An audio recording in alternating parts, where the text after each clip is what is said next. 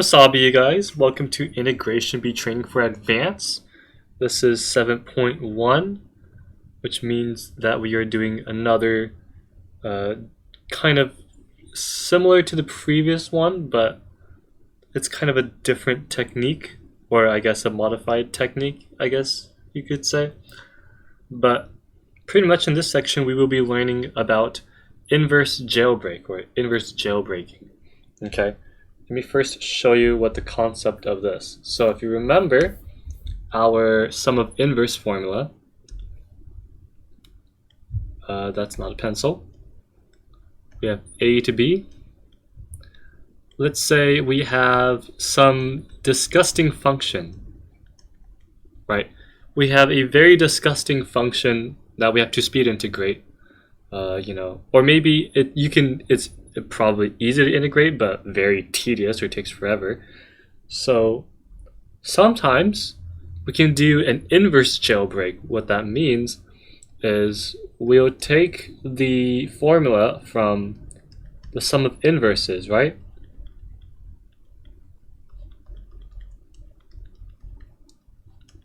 And we remember that this is equal to b times f of b minus a times f of a. Okay, if the inverse function is an easier function to integrate, then we will integrate with this rather than this integral.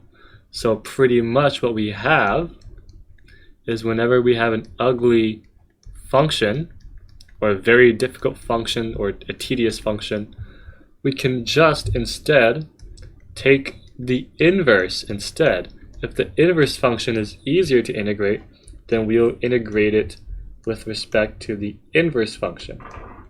And so what we're doing is we're kind of jailbreaking our way out of this integral by using its inverse function.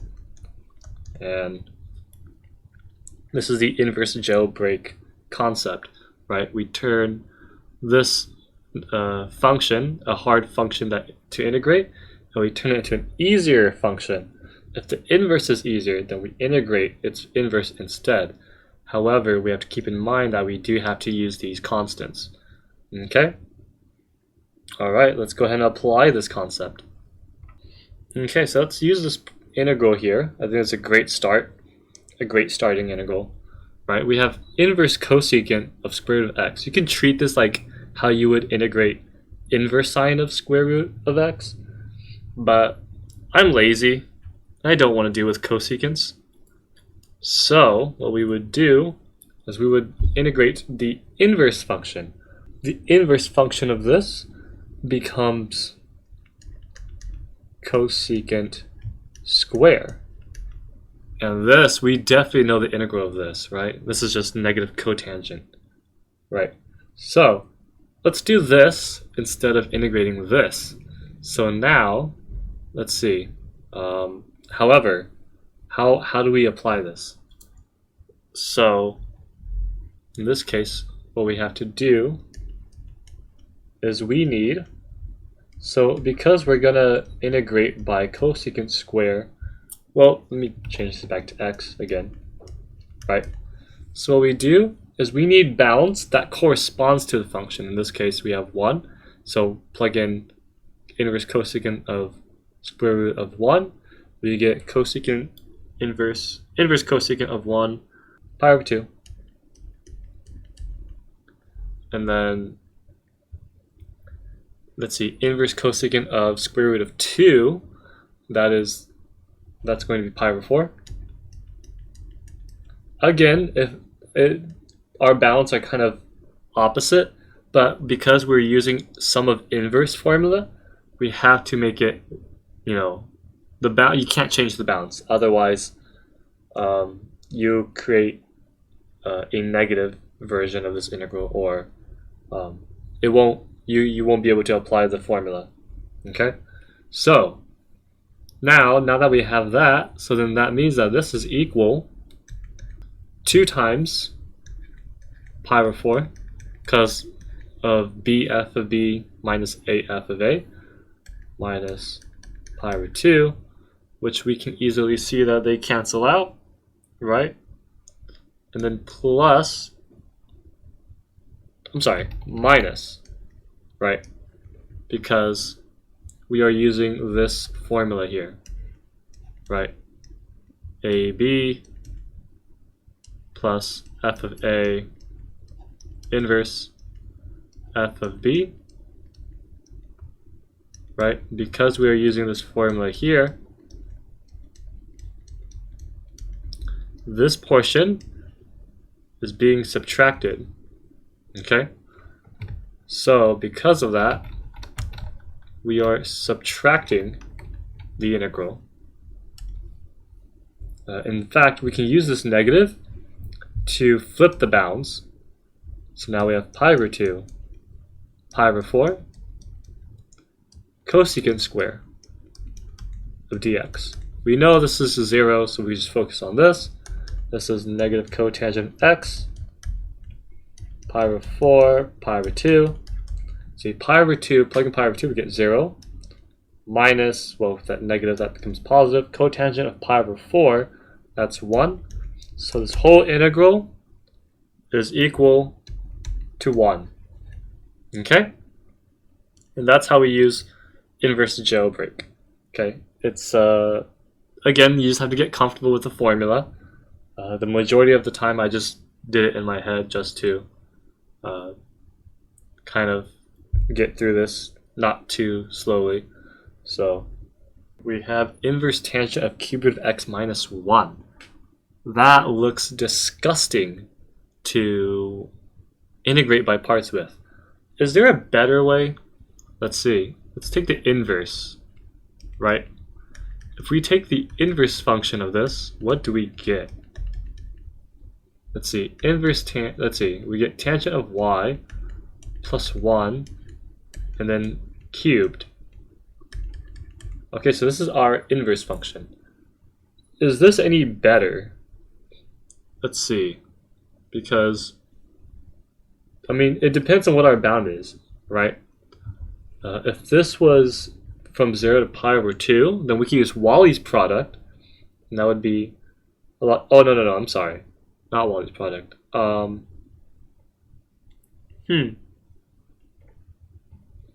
Let's just check our bounds here. Plug in 0, we get negative 1. Inverse tangent of negative 1 is negative pi over 4. Plug in 8, we get 2 minus 1, that's inverse tangent of 1, it's pi over 4. Ooh, and we could possibly do symmetry, right? The tangent cube cancels out and tangent x cancels out. Aha! So we could do that. So then in that case, when we use inverse jailbreak, we get 8 times pi over 4, that's 2 pi. And then that becomes 0. And then minus, I would do 2, 0 pi over 4. We'll get straight into symmetry, right? Tangent cube would cancel out. 3 tangent x squared plus 1. So this is what we get by inverse jailbreak. So I'm just going fast. So now, here we have, let's see, tangent square minus 2. This is 3 tan x minus x, or 3x, because this could become secant square minus 1, right? Plus 1, that's x, so this would be 2x actually. Okay? So then, we have from 0 to pi over 4, right? So now, let's see, plug in pi over 4, we get 1. So we get 2 times 3, this would just be 3 pi over 2. Yeah, I think pi over 2? This would be pi over 2, minus pi over 2. Right. And then minus, alright, I'll just distribute the negative. Plug in 0. Oh, everything's 0. Okay, we don't have to worry about that. Alright, cool. So in that case, times 2. Remember that this is negative, so we would end up getting, this would be 3 pi over 6. And that would be our answer. So this whole integral here is equal to 3 pi minus 6. Okay? So this one looks weird. A little cool. We have a square root of 1 minus square root of x inside of an inverse sign. Most beginners or intermediate would probably use trig substitution. Maybe let x equal sine square. Oh, no, you get 1 minus sine. Interesting. Okay, so maybe trig substitution might not work. Or maybe it does. We could use like one of those cosine 2 theta. So you would use cosine squared 2 theta. But anyhow, you can try using trig substitution with that. We're going to do something a lot faster using inverse jailbreak, right?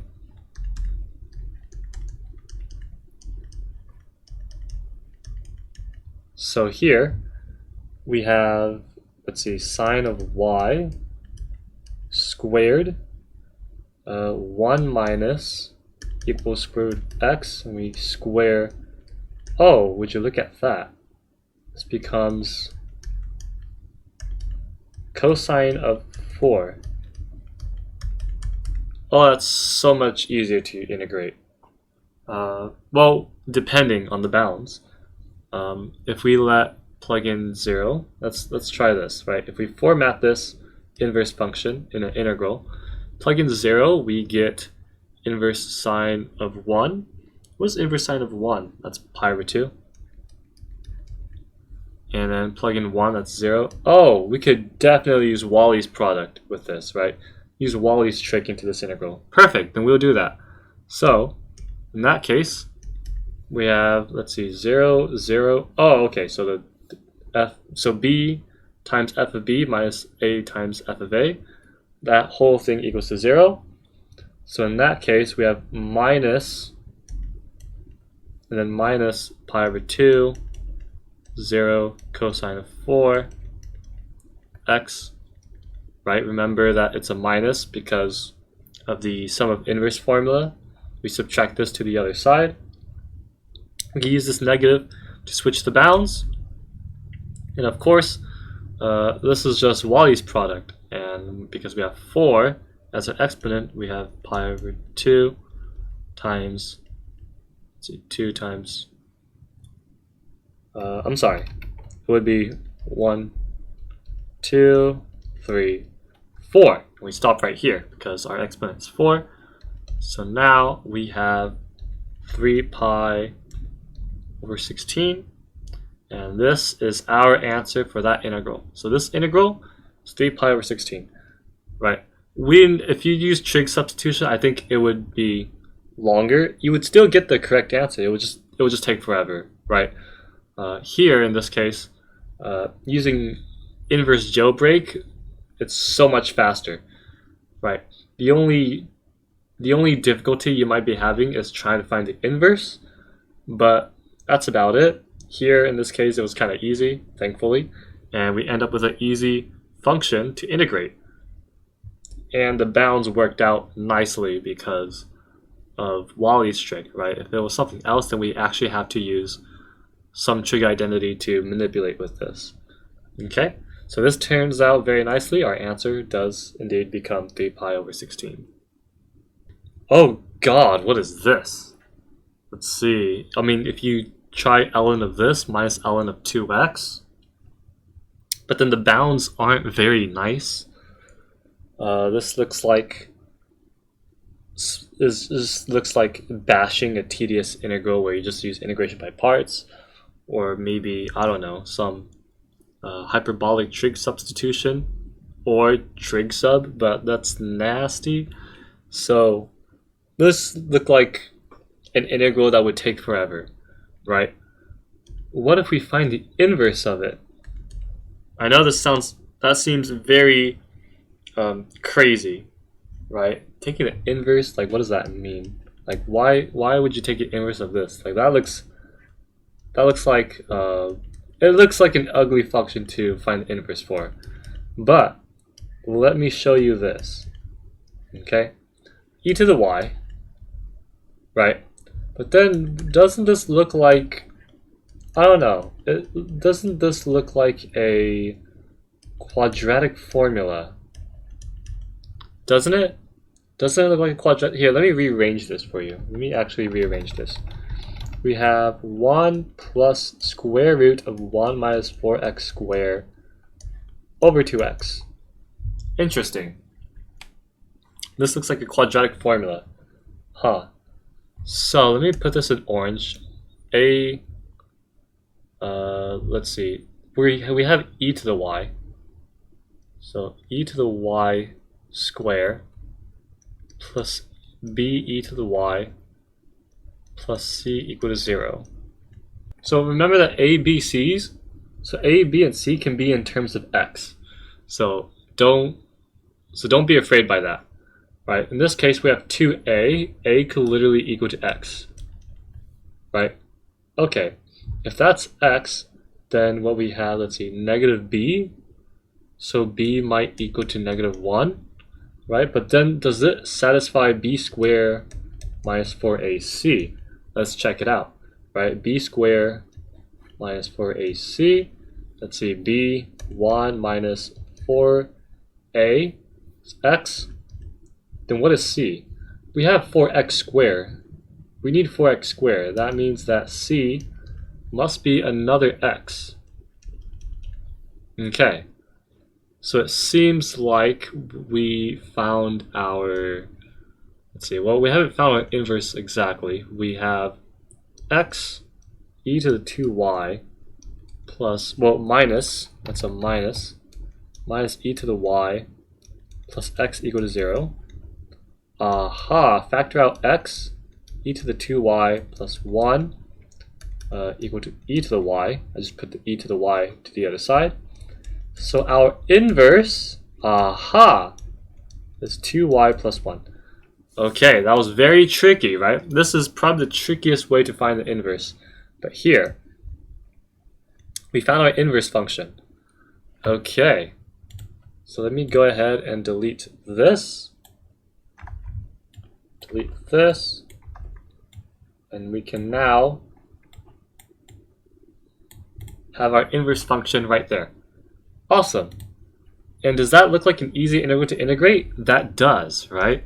This is an easy function to integrate because all you have to do is let u equal e to the y and you just get some inverse tangent. Okay, cool. So let's do that.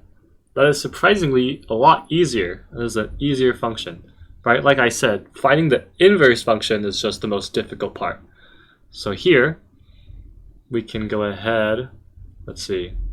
Well, first we need to find our bounds first, right? If we're going to integrate e to the x over e to the 2x plus 1 dx, right? What is our bound? So this is also another tedious part, is plugging it in. So what is our bound for these? If we plug in a half, we get 1 minus 1, plug in half, that's 1. So ln of 1 is 0, so we get 0. Square root of 3 over 4, 3 over 16, 3 over 4, 1 minus 3/4. Let's see, 1 half plus 1. I might have to write this. It's 3 halves over square root of 3 over 2. Oh, okay, so this comes out as square root of 3. So we have ln square root of 3. Okay, I'll take that. So then what we have as our inverse, when we do inverse jailbreak, we have 0 minus ln of 3, square root of 3, ln of 3. I'm sorry, square root of ln of square root of 3 over 4. And then minus 0 ln of square root of 3. Okay, so let's go ahead and rewrite this inverse integral here. Okay, and of course we can easily solve this, right? This is just inverse tangent e to the x. We use this negative to flip the bounds. So what we have here is, let me actually just simplify this, 3/8 ln of 3, right? And then this is plus inverse tangent square root of e to the x. I'm sorry, not square root. I don't know why I put square root. E to the x of 0 to ln square root of 3. Right? Plug in 0, we get, I'm sorry, start with square root of 3. Inverse tangent of square root of 3. That is what? Square root of 3. Right? Sine is higher. Sine would have to be higher. So it would be pi over 3 minus pi over 4. Right? Because e to the 0 is 1. Inverse tangent of 1 is pi over 4. And this would equal pi over 12. So what we have, our answer is pi over 12 minus the square root of 3 over 8 ln of 3. Okay, so this was a lot trickier integral example, right? We have to be careful finding the inverse, and you have to be careful plugging in bounds. Okay, try not to miscalculate anything. Oh god, this looks very daunting. So I wrote this integral for an integration bee, and I mean you can use Cardano cubic formula, but I don't memorize the Cardano's cubic formula. So I'm going to use the inverse jailbreak. Now, what is the inverse function of this? So I'm going to call this alpha, and I'm going to call this beta. Okay? Then, let's see. So what we have, so this is our function, y is equal to alpha minus beta. Okay? Let's see. If we cube y cube is equal to, let's see, alpha cube minus beta cube. I'll just write that out. 3 alpha square beta. Okay, so we have that. We know the cube, if we have alpha cube, let's see. We can actually just go ahead and simplify this in terms of x. Alpha cube, we have square root of x squared plus 1 plus x minus beta cube, right? Minus square root of x squared plus 1 minus negative x, which also gives us x. Okay, so and then I'm going to put dot dot dot here just to cancel these out. 2x. And then we have plus 3, let's see, plus 3. Let me factor alpha beta. And notice that we get, we have beta minus alpha. We have beta minus alpha. So what that means is we have negative y here. So y cubed is equal to 2x minus 3y alpha times beta. What is alpha times beta? Alpha times beta is equal to the cube root of, let's see, x squared plus 1 minus x squared. Oh wow, this gives us 1. Wow, would you look at that? So in that case, we just have this. And wow, we have the inverse function. Y cubed plus 3y over 2. So this is our inverse function. Yeah, very crazy, I know. Very crazy. But yes, we do indeed found our inverse function. And this is so much easier to integrate because this is just power rule. So let's go ahead and do that, right? Let's see. If we had bounds, right, plug in 0. Let's see, we have 1, plug in 0 here. We also have 1. Oh wow, so this is also 0. Yeah. And then here, plug in 7. If we plug in 7, we get 49 plus 1. we plug in 7. 49 plus 1 square root of 50. Huh. Or maybe instead of plugging it in, what you can do is, what if we plug in 7, right?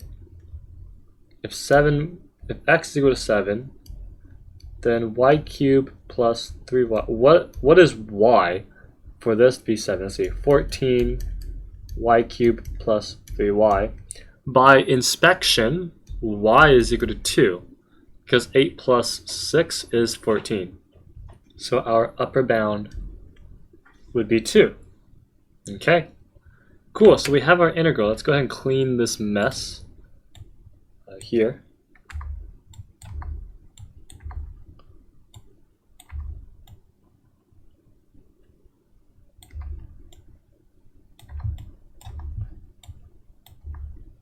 Let's move this. Okay, so then what we have when we use inverse jailbreak, 7 times 2 is 14, minus 0, and then minus this integral that we have here, x cubed plus 3x over 2 dx. So now what we have is, this is x4 over 8 plus, oh, I'm sorry, this, I don't know why I missed the minus. Let's see, 3x squared over 4 from 0 to 2. Plug in 0, you just get 0 for everything. And then, let's see, plug in 2, we get 2 plus, and then plug in 2, 2 squared cancels out to 4, so we get 3. So we have 14 minus 5. So the answer, I know you might not believe me, but the answer is indeed 9. Okay, so the answer that we have here is 9. Very clean answer, and a very tricky, a very sneaky inverse jailbreak example. Okay, and that is it for inverse jailbreak. I hope that was helpful. Again, practice with the formula, getting comfortable with it, and then yeah, you should be good to go. Thank you so much for watching, and I'll see you guys in the next part. See ya.